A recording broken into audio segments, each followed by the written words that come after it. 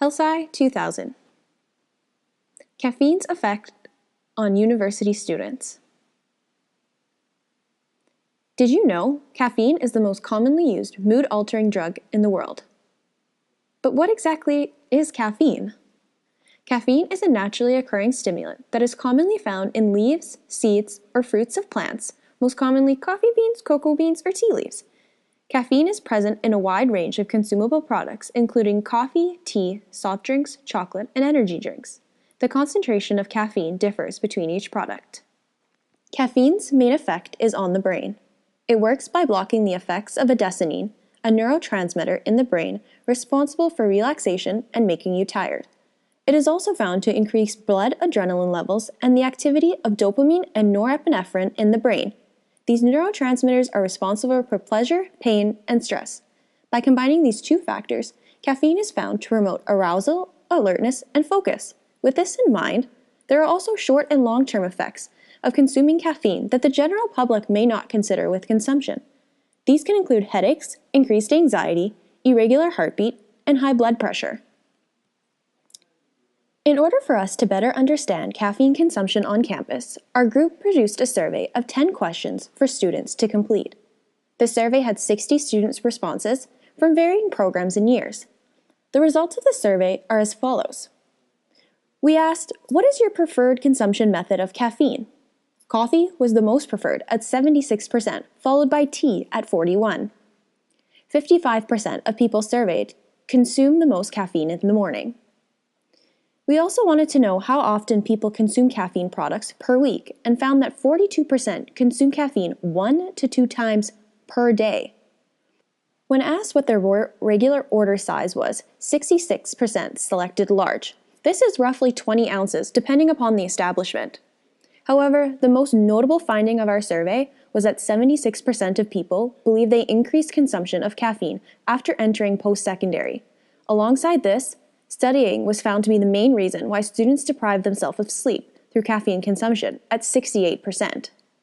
The dietitians of Canada recommend that adults limit their caffeine intake to no more than 400 milligrams per day. This is about the amount found in 3 8-ounce cups of coffee. For reference, a large Tim Hortons coffee is 20 ounces. These are the average amounts of caffeine that is found per 8 ounces. Our findings suggest students are consuming caffeine beverages at an unhealthy level. Consuming 1 to 2 20-ounce coffees per day, one's caffeine intake is approximately 500 milligrams to 1,000 milligrams respectively. This is over the Canadian dietitian's recommended level of caffeine intake. There have been thousands of studies worldwide on the health effects of caffeine consumption. Although caffeine is widely popular among the majority of people around the world, caffeine intake has been linked to a variety of health issues, both short and long term. Caffeine is an analeptic, meaning it stimulates the central nervous system. It is also ergogenic, meaning it improves physical performance. It's also a diuretic, meaning that it causes dehydration. Consuming more than 500 to 600 milligrams a day may cause insomnia, nervousness, restlessness, irritability, stomach upset, fast heartbeat, and muscle tremors. Many studies have shown that people who consume caffeine have higher rates of kidney and bladder cancer, fibrocystic breast cancer, pancreatic cancer, and osteoporosis. Caffeinated drinks also increase urine output and boost blood pressure, but this effect is temporary. Caffeine has also been linked to calcium loss, but this effect is very small and short-term.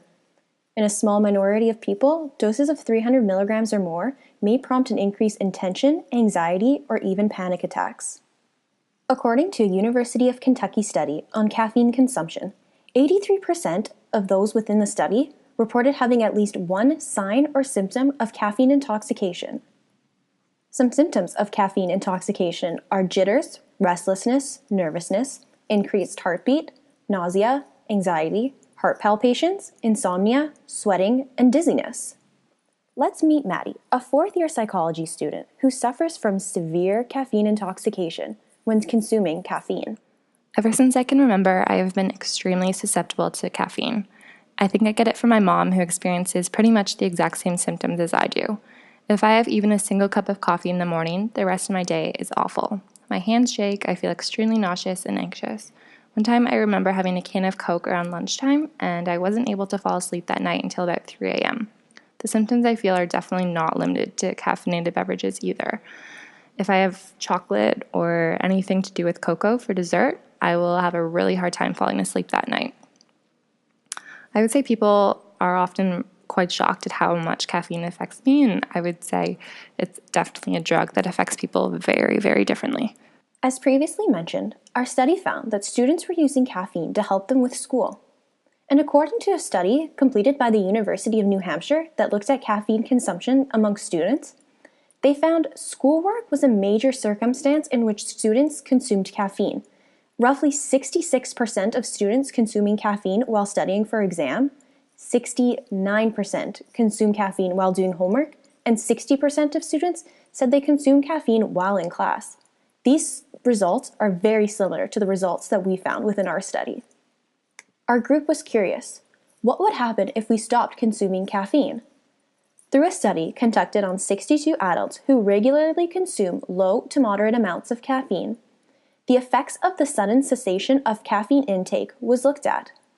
Low to moderate amounts of caffeine can be defined as 235 milligrams per day, and that is equivalent to 2.5 cups of coffee. After abruptly stopping their daily caffeine consumption, subjects reported significant withdrawal symptoms. 52% of the subjects reported having a moderate or severe headache, and 8 to 11% had symptoms related to depression or anxiety when deprived of their usual caffeine intake. Motor performance was also affected by the deprivation. These findings are consistent with the short-term health effects previously mentioned. Informing students about the short and long-term health effects may not entice them enough to quit consuming coffee. The short-term withdrawal effects, including increased stress, fatigue, depression, decreased alertness, and moderate to severe headaches that students may experience when stopping consumption, may be too undesirable and would stop students from quitting. In looking at caffeine intake today, we were surprised by the amount of people consuming caffeine at such large amounts. These people can be completely unaware of the health effects surrounding caffeine consumption. So what can we do about it? According to the University of Kentucky, when teaching health classes in high school or college, teachers and college health professionals should include teaching health effects of caffeine as they do with fat intake and alcohol consumption.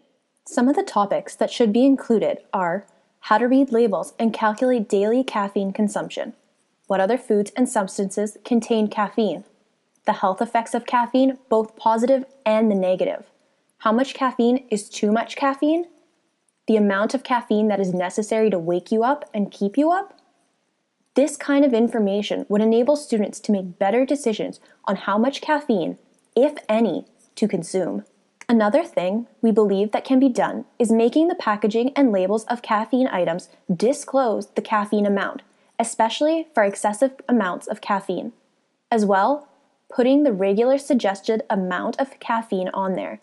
Making people more aware of the caffeine amount noted on a label can get people thinking about their consumption. Another thing we noted in our research is that caffeine isn't like alcohol or smoking, in that the negative health effects aren't widely known. Alongside this, there is no excise or unhealthy tax related to caffeine purchases that alcohol and tobacco have. With this information, our group discussed placing an excise tax on caffeine products. This could potentially make people more aware of their consumption behaviors. Those are 3 examples of which we think external factors outside of the university campus that can bring awareness to the negative effects of caffeine consumption. On campus today, increasing the awareness of the negative effects of caffeine to stay awake, partying, and mixing with alcohol can be noted. Having students understand the effects now at a young age can help them down the road as they age. From our study, our group was able to take away some personal takeaways from the study that we found. First, as we saw with Maddie, caffeine affects everyone differently. Next, we need to increase the on-campus awareness about how caffeine can negatively affect you. Third, our group understands. Consume caffeine, but in moderation. Lastly, try to find some ways to cut back on your caffeine intake. Some ways that this can be done Is mixing your regular coffee with half decaffeinated coffee. Try caffeine-free herbal teas or apple cider for a hot drink. Choose a latte or a cafe au lait instead of a brewed coffee. Brew your tea for less time. Or try caffeine-free versions of your favorite carbonated drinks. We too hope that these tips can help you decrease your caffeine consumption. Thank you for listening.